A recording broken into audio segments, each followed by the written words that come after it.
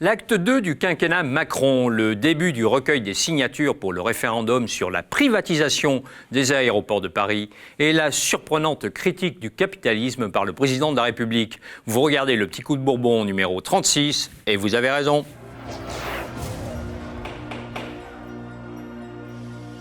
Comment faire du neuf avec du vieux ? C'était la contrainte de l'exercice auquel s'est employé hier le Premier ministre.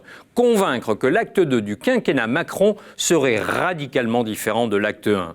Hélas, pour le locataire de Matignon, l'affaire était cousue de fil blanc. Ainsi, la transition écologique. Au cœur de l'acte 2, il y a d'abord l'ambition écologique. Plus personne n'a aujourd'hui le monopole du vert. Ces 12 prochains mois, mesdames et messieurs les députés, seront ceux de l'accélération écologique. En fait, le gouvernement a surtout recyclé des mesures déjà connues. Fermeture de Fessenheim, fermeture des centrales à charbon, remise à plat des aides à la transition énergétique. Il s'agissait surtout de cajoler les nouveaux électeurs de M. Jadot, qui se trouvent être souvent des anciens électeurs d'Emmanuel Macron. Seules véritables annonces, l'incorporation de plastique recyclé dans les bouteilles à usage unique à partir de 2020 et l'étiquetage Nutri-Score, vous savez ces étiquettes à 5 couleurs, qui sera rendu obligatoire.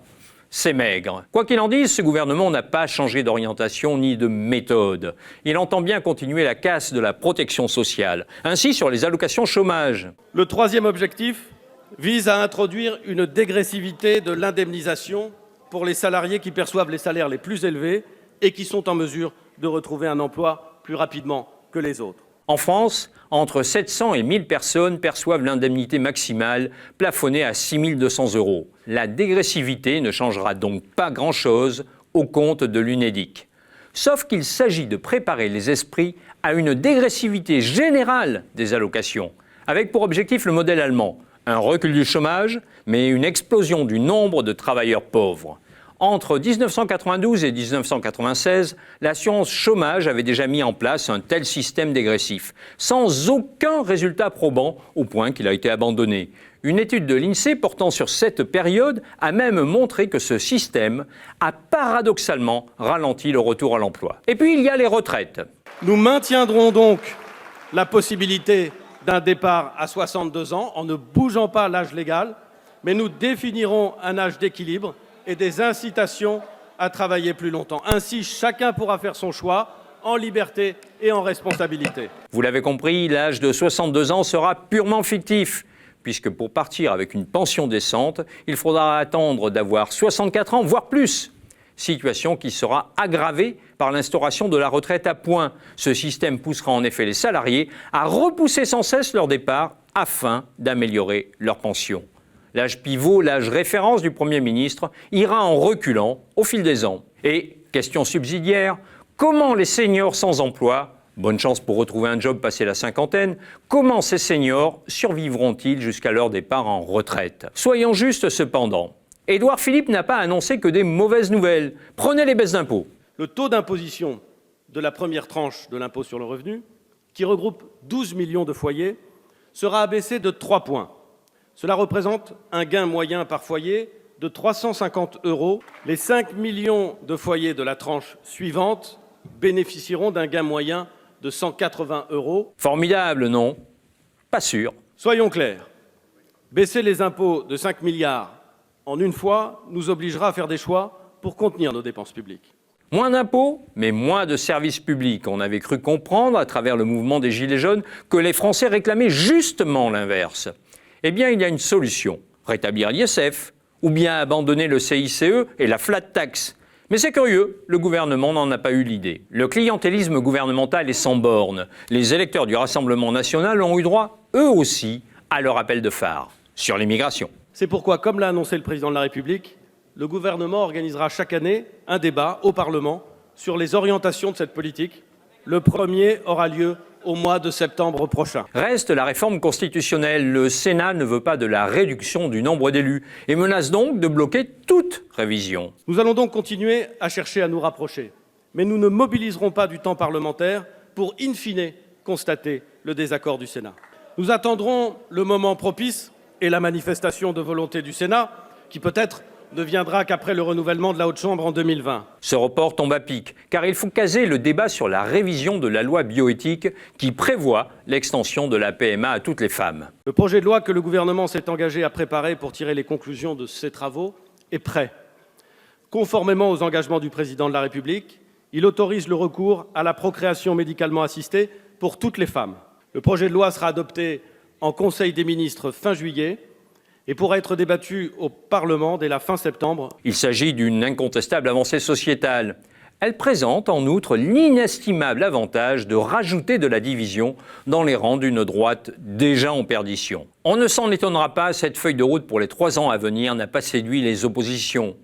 363 députés ont voté la confiance au gouvernement, 163 se sont prononcés contre. En 2017, le Premier ministre avait recueilli 7 voix supplémentaires en faveur de sa politique, soit 370 voix. Au Sénat, le résultat est moins glorieux. Sur 345 votants, 71 parlementaires ont voté en faveur du Premier ministre, 93 ont voté contre et 181 se sont abstenus. Dans les couloirs de l'Assemblée, chacun y est allé de sa réaction. Petit florilège. Mon sentiment général, c'est que le Premier ministre nous balade. La réalité, c'est que l'acte 2 du quinquennat va être pire que l'acte 1 et qu'il ne change rien. Alors ils nous disent aujourd'hui, on sera très gentil, très souriant, on va arrêter d'insulter les Français. Bon, c'est déjà ça de prix, vous me direz. Mais la réalité, c'est qu'il continue sur la même route. Les réformes qui sont les leurs, les retraites ou l'assurance chômage, on les connaissait déjà. Il nous a indiqué qu'aujourd'hui, les Français, demain, allaient devoir travailler davantage, verraient probablement leur pension diminuer et que les allocations chômage seraient dégressives. Et donc il ne recule pas, il ne change pas, il continue. On a vraiment le sentiment que toutes les cases sont cochées. Alors il y a un petit mot pour les anciens, un mot pour les plus jeunes, un mot pour évidemment des sujets importants et graves comme le 3e âge ou le 5e âge, le handicap, et puis il y a le mot sur la souveraineté, il y a le mot sur la sécurité, le mot sur le renseignement. Bref, on coche absolument toutes les cases. La plus grosse difficulté, c'est qu'aujourd'hui, rien n'est financé. L'urgence écologique, il y a des mesures placebo qui, pour certaines d'entre elles, vont dans le bon sens, mais très en deçà de ce qu'il faudrait faire aujourd'hui. Sur la question sociale, on est dans l'hypocrisie la plus absolue. Je prends pour seul exemple les retraites, où on nous dit que nous allons pouvoir continuer à partir à 62 ans, mais avec un âge pivot qui sera supérieur, alors qu'on sait déjà que 70% des Françaises et des Français ne travaillent plus après 60 ans. On voit un Premier ministre en face de nous qui essaye de se repeindre un peu en vert, voilà, qui essaye un petit peu de nous expliquer qu'il veut lutter pour la justice sociale, mais rien dans les actes qu'il propose ne va dans cette direction. Au contraire, on va assister par exemple à une attaque en règle contre le droit à la retraite dans notre pays. La PMA est un sujet grave, mais les Français, eux, ce qui compte, c'est leur porte-monnaie, ce sont les retraités, c'est le chômage, c'est l'emploi. Et je ne voudrais pas que le gouvernement croie distraire l'attention des Français. Il peut distraire sa majorité avec la PMA, mais il ne distraira pas les Français parce que les Français s'intéressent avant tout à leur avenir, à leur pouvoir d'achat. Et puis il y avait Mélenchon, la première intervention du chef de la France insoumise depuis la défaite des Européennes. Un chef parfois violemment contesté. On le disait fatigué, déprimé, usé. Le vieux lion avait un genou en terre. Je vous laisse juge. Compte tenu de notre résultat électoral, je suis parfaitement conscient de la difficulté de notre situation pour mener le combat. Le rapport de force est lourdement défavorable pour nous. Il l'est ici en France, face à vous et à l'extrême droite, mais il l'est hélas aussi dans l'ensemble de l'Union européenne. Nous sommes rayés de la carte dans plusieurs pays. Nous ne céderons pas, quoi qu'il arrive. Nous ne céderons pas. Non pour nous si mal récompensés de nos dévouements. Non pour nous, mais pour les 9 millions de pauvres du pays, pour cet enfant sur 5 qui vit dans la pauvreté, pour les 4 millions de mal logés, pour les 600 morts annuels sur leur poste de travail, pour les 2000 décès dans la rue, pour les 5 millions de personnes qui ont recours à l'aide alimentaire, pour les 30% de Français qui renoncent à des soins pour des raisons financières. Car vous-même, vous ne cédez rien. Et sous prétexte d'acte 2, on y voit comme un bégaiement de l'acte 1. Et vous êtes le danger. Il serait faux de croire que le macronisme en a terminé avec le mouvement social. Le programme du gouvernement Philippe pousse à de nouvelles confrontations. Qui l'emportera du pouvoir ? du peuple ou de l'extrême droite. La course de vitesse est lancée. Françaises, Français, ça n'est pour l'instant qu'un murmure. Référendum. Un référendum sur les aéroports de Paris. Un référendum pour ne pas brader ce trésor à Vinci. Un référendum surtout sur l'avenir. L'avenir que nous refusons, l'avenir que nous désirons. Voilà l'arme, aujourd'hui, qui les effraie. Ils ont peur. Ils ont peur de votre portable, peur de votre tablette, peur de votre ordinateur, peur de vos signatures. Et oui, la période du recueil des 4,7 millions de signatures nécessaires à la tenue d'un référendum d'initiative partagée sur la privatisation d'Aéroports de Paris est ouverte.